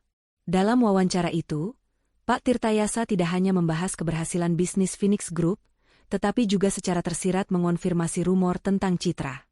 Kami tidak akan mengomentari urusan pribadi klien kami, Nyonya Citra, kata Pak Tirtayasa dalam wawancara tersebut, dengan nada penuh hormat. Namun, kami dapat memastikan bahwa Nyonya Citra adalah seorang wanita yang sangat cerdas, visioner, dan memiliki integritas bisnis yang tinggi. Selama bertahun-tahun, Nyonya Citra telah menjadi investor anonim yang menyelamatkan banyak perusahaan dari kebangkrutan. Klien kami memilih untuk menyembunyikan identitasnya, hanya untuk mencari tahu satu hal, ketulusan. Sayangnya, orang-orang di sekitarnya, termasuk orang yang seharusnya menjadi pasangan hidupnya, gagal dalam ujian ketulusan ini. Mereka hanya melihat Nyonya Citra sebagai ATM berjalan yang harus tunduk, dan mereka menghinanya di depan umum. Pernyataan Pak Tirtayasa itu langsung membalikan opini publik. Publik tidak lagi melihat Citra sebagai wanita kejam, melainkan sebagai sosok yang kuat dan terhormat yang telah menjadi korban kekerasan verbal dan penelantaran dari suaminya yang serakah dan malas. Dampak dari wawancara itu sangat dahsyat. Citra bukan hanya mendapatkan simpati publik, tetapi juga mendapatkan dukungan dari komunitas bisnis dan wanita karir. Citra dipuji sebagai simbol kekuatan dan pembalasan yang elegan. Pukulan terberat bagi Tio datang beberapa hari kemudian saat sidang lanjutan kasus gugatan cerai dan utang digelar. Sidang itu menjadi perhatian nasional karena drama yang menyertainya. Di tengah persidangan, Pak Tirtayasa menyajikan bukti baru yang mengejutkan. Yang mulia, kata Pak Tirtayasa, berdiri dengan tenang. Pihak kami memiliki rekaman CCTV dari properti yang disewakan oleh Golden Legacy Corp yang disita. Rekaman ini menunjukkan Tuan Tio dan Bu Maya secara teratur dan berulang kali menghina Nyonya Citra dengan kata-kata kasar, mencemooh pekerjaannya, dan membandingkannya dengan wanita lain. Rekaman itu diputar. Suara Tio yang menghina Citra sebagai wanita hina, dan suara Bu Maya yang berulang kali menyebut Citra, tidak berguna, terdengar jelas di ruang sidang. Tio dan Bu Maya langsung pucat. Mereka tidak tahu bahwa rumah yang mereka tinggali dilengkapi dengan sistem keamanan canggih milik perusahaan properti Citra sendiri. Citra telah mengumpulkan bukti KDRT verbal yang dilakukan secara sistematis. Lebih lanjut, Yang Mulia, lanjut Pak Tirtayasa. Kami juga menemukan rekaman di mana Tuan Tio dan Rian secara terang-terangan berencana untuk menggunakan uang warisan Nyonya Citra yang sedikit untuk membayar utang pribadi Tuan Tio, dengan dalih, sebagai istri, Citra wajib membantu. Ini menunjukkan niat jahat untuk memanfaatkan klien kami. Tio dan Bu Maya tidak bisa menyangkal lagi. Pak Rahmat, pengacara Tio, berusaha protes, tetapi rekaman itu terlalu kuat sebagai bukti penelantaran dan kekerasan verbal. Pengadilan, setelah melihat semua bukti, segera mengambil keputusan. Hakim memutuskan bahwa Tio telah terbukti melakukan kekerasan dalam rumah tangga verbal dan penelantaran. Gugatan cerai Citra dikabulkan, dan pernikahan mereka secara resmi berakhir. Berdasarkan bukti yang disajikan, pengadilan memutuskan, perceraian dikabulkan, ujar hakim. Dan mengenai aset, semua aset yang diperoleh sebelum pernikahan adalah milik sah Nyonya Citra. Tuan Tio, Anda juga diperintahkan untuk melunasi sisa utang kepada Phoenix Group yang belum tertutupi oleh lelang. Jika tidak, pengadilan akan menyatakan Anda bangkrut dan membekukan semua kegiatan bisnis Anda di masa depan. Tio, Bu Maya, dan Rian meninggalkan ruang sidang dengan status baru, bercerai, bangkrut, dan dipermalukan di mata seluruh komunitas bisnis. Kehancuran yang mereka rasakan jauh lebih menyakitkan daripada kehilangan harta benda. Mereka telah kehilangan martabat yang selama ini mereka agungkan. Citra, didampingi Rania dan Pak Tirtayasa, keluar dari gedung pengadilan dengan kepala tegak. Ia telah mendapatkan kembali kebebasannya dan harga dirinya. Pelajaran yang ia berikan kepada Tio kini telah mencapai klimaks hukumnya. Pasca putusan pengadilan, kehidupan Tio, Bu Maya, dan Rian berubah drastis menjadi sebuah realitas yang menyakitkan. Mereka tidak hanya kehilangan rumah dan aset, tetapi juga kehilangan tempat di masyarakat. Keputusan pengadilan yang mempublikasikan bukti KDRT verbal dan penelantaran membuat Tio dicoret dari asosiasi bisnisnya. Bu Maya dan Rian, yang selalu bangga dengan status sosial mereka, kini dihindari oleh kenalan dan tetangga lama. Mereka terpaksa tinggal di sebuah kontrakan kecil di pinggiran kota, jauh dari lingkungan mewah mereka. Tio, yang dulu selalu memimpin rapat dewan direksi, kini kesulitan mencari pekerjaan serabutan. Setiap lamaran pekerjaan yang ia kirim selalu ditolak, sebab reputasinya di dunia bisnis telah hancur total karena pemberitaan yang merajalela. Bu Maya, yang dulunya adalah nyonya besar yang dilayani, kini harus belajar mencuci pakaian dan memasak sendiri. Kondisi ini membuat kesehatannya menurun drastis. Rian, yang selalu bergantung pada uang Tio, kini tidak punya pilihan selain bekerja sebagai kurir pengiriman barang, sebuah pekerjaan yang ia anggap sangat hina. Beberapa minggu berlalu dalam penderitaan dan penyesalan yang mendalam. Keluarga itu, yang tadinya bersatu dalam kesombongan, kini saling menyalahkan dalam kehinaan. "Ini semua salahmu, Tio," tangis Bu Maya suatu malam, sambil memegang kepalanya yang sakit. "Kau yang mencampakkan Citra. Kau yang membuat kita jadi seperti ini. Kenapa kau harus menghina dia sebagai wanita hina? Kenapa kau tidak pernah tahu dia sekaya itu?" Tio hanya bisa terdiam, rasa bersalah menumpuk di dadanya. "Aku tidak tahu, Bu. Aku terlalu buta oleh ego. Aku terlalu sibuk menikmati hidup mewah dan meremehkan usahanya. Aku benar-benar menyesal." Rian, yang baru pulang bekerja dengan pakaian lusuh, menimpali dengan sinis. "Menyesal tidak akan mengembalikan mobil dan rumah kita, Bang. Wanita itu sudah menang. Dia sudah memberikan kita pelajaran yang dia janjikan." Di sisi lain kota, Citra kini telah sepenuhnya mengukuhkan posisinya di dunia bisnis. Ia memimpin perusahaannya, Phoenix Group, dengan tangan dingin dan visi yang tajam. Ia mendapatkan rasa hormat dari semua orang, bukan karena kekayaan yang ia sembunyikan, tetapi karena kekuatan dan kecerdasannya dalam menghadapi badai. Suatu sore, Citra sedang makan malam bersama Rania di sebuah restoran mewah. "Kau terlihat jauh lebih bahagia sekarang, Citra," kata Rania, tersenyum. "Kau mendapatkan kebebasanmu." "Ya, Rania. Kebahagiaan ini mahal harganya, tetapi setimpal," jawab Citra, menyesap anggurnya. "Tio dan keluarganya sudah mendapatkan karmanya. Mereka sudah merasakan apa artinya menjadi hina dan tidak berdaya, seperti yang mereka rasakan terhadapku dulu." "Apa rencanamu selanjutnya, Citra? Apakah kau akan menagih sisa utang Tio?" tanya Rania. "Sisa utang itu tidak penting lagi, Rania. Jumlahnya sudah sangat kecil setelah semua aset dilelang," ujar Citra. "Yang aku inginkan adalah pengakuan yang tulus, bukan sekadar kata maaf palsu di pengadilan." Citra telah merencanakan satu hal terakhir. Sebuah skenario yang akan membawa Tio dan keluarganya pada titik klimaks penyesalan. Beberapa hari kemudian, Tio menerima sebuah surat panggilan. Bukan dari pengadilan, melainkan dari sebuah yayasan amal yang baru saja didirikan. Di surat itu disebutkan bahwa Tio diundang sebagai tuan rumah kehormatan dalam acara amal besar yang akan diselenggarakan di sebuah hotel bintang 5, hotel yang dulu sering Tio kunjungi. Tio bingung, mengapa ia diundang sebagai tuan rumah, padahal ia sudah bangkrut dan dipermalukan. Namun, surat itu menekankan bahwa acara ini terkait dengan dana abadi yang didirikan dari hasil lelang aset-asetnya, dan kehadiran Tio diperlukan untuk pengakuan publik. Tio, didorong oleh Bu Maya dan Rian yang berharap Citra telah melunak dan akan memberikan mereka kompensasi, memutuskan untuk datang. Mereka berharap acara ini adalah kesempatan terakhir untuk mendapatkan pengampunan dan mungkin sedikit uang tunai untuk memulai hidup baru. Pada malam acara, Tio, Bu Maya, dan Rian datang ke hotel dengan pakaian seadanya, tampak sangat berbeda dari tamu-tamu lainnya.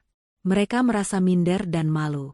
Di panggung, Citra berdiri tegak, mengenakan gaun yang anggun, bersinar di bawah sorotan lampu. Di sebelahnya berdiri Pak Tirtayasa, dan di layar besar di belakang mereka, terpampang logo yayasan amal yang bernama Dharma Citra Foundation. Citra mulai berpidato, menceritakan kisah sukses yayasan itu dalam membantu korban penelantaran dan kekerasan verbal. Kemudian, Citra menoleh ke sudut ruangan, tempat Tio dan keluarganya duduk. "Malam ini, saya ingin berterima kasih kepada 3 orang yang telah mengajarkan saya arti kekuatan dan harga diri," kata Citra, suaranya lantang dan menyentuh. "Kepada mantan suami saya, Tuan Tio, mantan mertua saya, Bu Maya, dan Rian. Sorotan lampu langsung mengarah kepada mereka bertiga. Tio dan Bu Maya merasa sangat malu. Tetapi mereka mencoba tersenyum, berharap Citra akan mengakhiri penderitaan mereka. Mereka, lanjut Citra, adalah sumber inspirasi di balik Dharma Citra Foundation. Dari merekalah saya belajar bahwa kehinaan bukanlah pada status sosial atau harta, tetapi pada hati yang dipenuhi kesombongan dan kebohongan. Hasil lelang aset mereka, setelah dikurangi utang, telah saya masukkan ke yayasan ini untuk membantu ribuan orang yang pernah menjadi korban penelantaran seperti saya. Citra berhenti, menatap Tio dengan tatapan yang sangat dalam. Dan saya mengundang Tuan Tio, bukan sebagai tamu kehormatan, tetapi sebagai simbol dari pelajaran yang telah saya berikan, kata Citra. Saya tidak menuntut uang dari Tuan Tio lagi. Saya hanya menuntut, malam ini, di hadapan publik, Tuan Tio harus mengucapkan pengakuan yang tulus atas semua perlakuan yang telah ia berikan kepada saya. Jika pengakuan itu tulus, saya akan menutup kasus utang Tuan Tio secara permanen.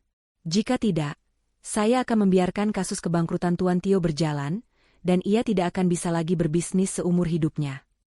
Tio, berdiri di bawah sorotan lampu, merasakan seluruh dunia menatapnya. Inilah kartu as terakhirnya. Inilah momen yang akan menentukan nasibnya. Tio berdiri di bawah sorotan lampu panggung, di hadapan ratusan tamu undangan, rekan bisnis, dan media. Matanya bertatapan dengan Citra, wanita yang kini memegang kendali penuh atas takdirnya. Keputusasaan dan kehinaan yang ia rasakan selama ini memuncak. Ia tahu, inilah saatnya ia benar-benar harus melepaskan egonya. Bu Maya dan Rian, yang menonton dari meja mereka, memberi isyarat agar Tio segera berbicara.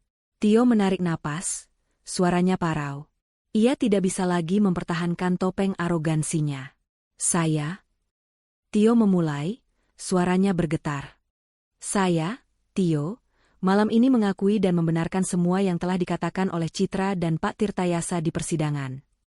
Ia berhenti sejenak, menelan kepahitannya. Saya mengakui telah melakukan kekerasan dalam rumah tangga verbal yang terus-menerus, dan menelantarkan istri saya, Citra, hanya karena kesombongan dan kebodohan saya. Saya terlalu sibuk dengan ego saya dan meremehkan Citra, wanita yang selama ini saya sebut hina. Tio menoleh ke arah Bu Maya dan Rian, yang kini menunduk. Saya menyesal tidak pernah menghargai Citra, dan justru menggunakan harta benda dan status sosial sebagai alat untuk merendahkannya.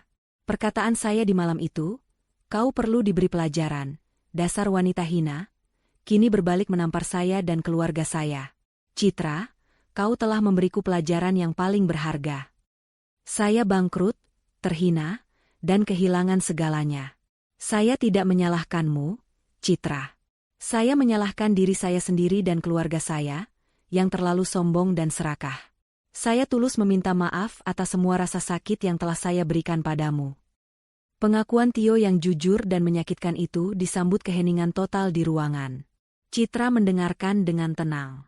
Ia melihat air mata tulus di mata Tio, bukan air mata kepura-puraan seperti di sidang sebelumnya. Ia merasakan tujuannya telah tercapai. Ia tidak lagi marah, hanya merasa lega. Citra mengangguk kepada Pak Tirtayasa. Pak Tirtayasa segera maju. Terima kasih atas pengakuan tulus Anda, Tuan Tio. Berdasarkan instruksi Nyonya Citra, kami dari Phoenix Group menyatakan semua sisa utang Anda lunas, dan kami akan mencabut gugatan kebangkrutan yang tersisa. Anda kini bebas dari jerat utang, dan Anda bisa memulai hidup baru. Tio terkejut.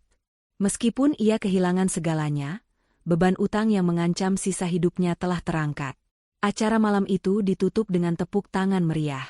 Tio, Bu Maya, dan Rian segera meninggalkan hotel, membawa serta pengakuan dan rasa malu mereka. Tio, Bu Maya, dan Rian benar-benar memulai dari nol. Mereka tidak lagi memiliki aset dan harta benda, tetapi mereka memiliki utang yang lunas dan pelajaran hidup yang tak ternilai harganya. Tio mulai bekerja keras, Bu Maya menjadi lebih rendah hati, dan Rian fokus mencari pekerjaan tetap. Mereka hidup dalam penyesalan mendalam atas perlakuan mereka terhadap Citra, menyadari bahwa wanita yang mereka buang adalah satu-satunya sumber keberuntungan dan kemewahan mereka. Sementara itu, Citra mencapai puncak tertinggi dalam karirnya. Ia tidak lagi harus bersembunyi. Ia diakui sebagai pengusaha properti dan teknologi yang visioner. Phoenix Group berkembang pesat, dan Yayasan Dharma Citra Foundation menjadi sorotan nasional. Beberapa waktu kemudian, Citra menikah lagi dengan seorang pebisnis yang tulus mencintainya dan menghargai kecerdasannya. Ia memulai hidup baru yang tenang dan bahagia, dikelilingi oleh orang-orang yang tulus seperti Rania dan Pak Tirtayasa. Mahkota yang selama ini ia sembunyikan kini ia kenakan di puncak karir dan kehidupannya. Kisah wanita hina yang dibuang ini berakhir dengan kemenangan sejati, kemenangan martabat dan kebebasan. Jangan pernah meremehkan atau menghina orang lain hanya berdasarkan apa yang terlihat di permukaan. Kesombongan dan keserakahan seringkali membuat kita buta terhadap potensi dan nilai sejati seseorang. Dan pada akhirnya, karma akan memberikan pelajaran yang jauh lebih mahal daripada harta benda. Hormatilah pasangan dan orang terdekat Anda, karena merekalah tiang penyangga hidup Anda.